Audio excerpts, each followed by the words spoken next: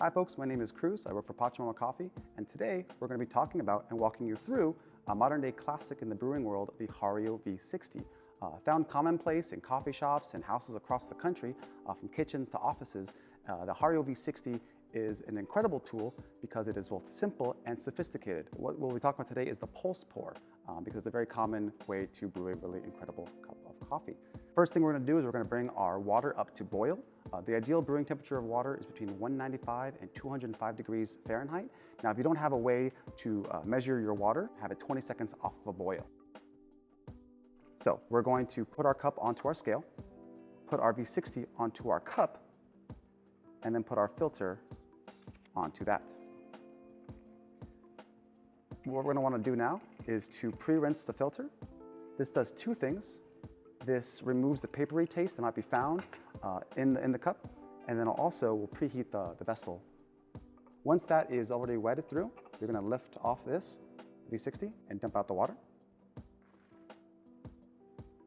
Put it back on the scale, and then we're going to pour our 25 grams of coffee into the V60.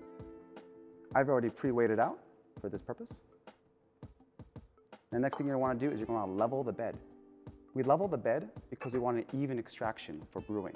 If you don't have a scale at home and you're weighing out your coffee, you can also do 2 tablespoons of coffee to 1 cup of water. So once we get the cup and the V60 and the coffee on the scale, and once you've leveled it, you're going to want to tare or press the scale to 0, because the goal here is just to measure how much water we're going to be utilizing for this perfect brew.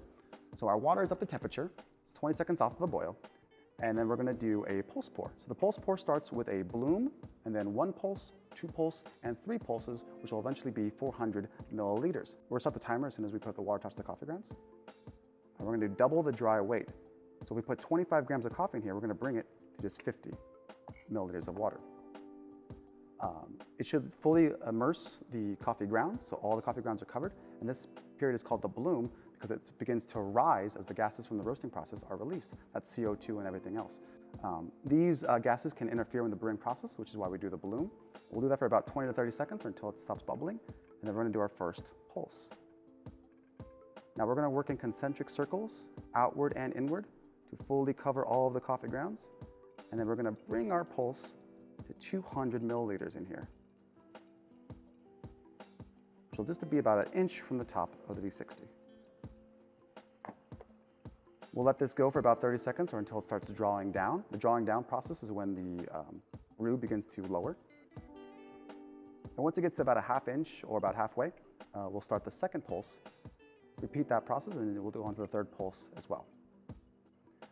I love the Hario V60. The Hario V60 is something that I've utilized at home as well as the coffee shop, and I think it's a great way to get a clean and consistent cup of coffee.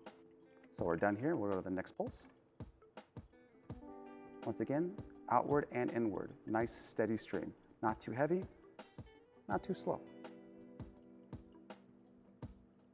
The ideal range or time range that we're looking for is between 3 and 3.5 minutes for a total brew.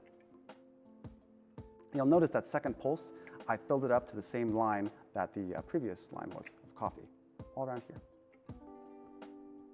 Great, so now we're going to go to our final pulse, and we're going to bring it up to 400 milliliters. You'll hear me using milliliters and grams interchangeably.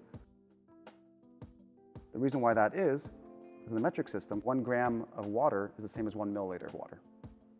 Now we're going to let this draw all the way down. Your brew is done once the water has fully gone through the bed of the coffee. At home, practice different ratios if you'd like. I'd always suggest starting at the 1:16, and then you can go finer ground coffee if you want to, or coarser ground coffee. Going finer will get you more extraction, get you a bolder cup of coffee, but it'll slow down the brew time. It could make it a little bitter. Going coarser will speed up the coffee time and could get you more flowery or sweeter notes, but be careful because if you go too coarse, it can become really watery or airy. So we're finishing up right now in just about 3.5 minutes, so this is a perfect little brew. You want your bed to be flat here as much as it can. If the bed isn't flat, if it's a tunnel, usually means that your coffee grounds were too coarse or that you poured too heavily, but this wasn't the case. So we're going to empty out the filter, toss it into a disposable or compost if you have it.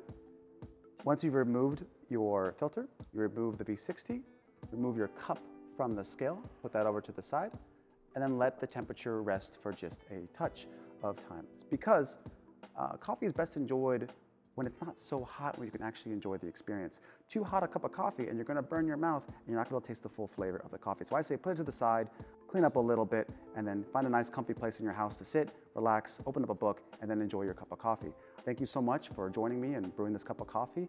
And next time you're in the coffee shop, come on by and let me know what you think.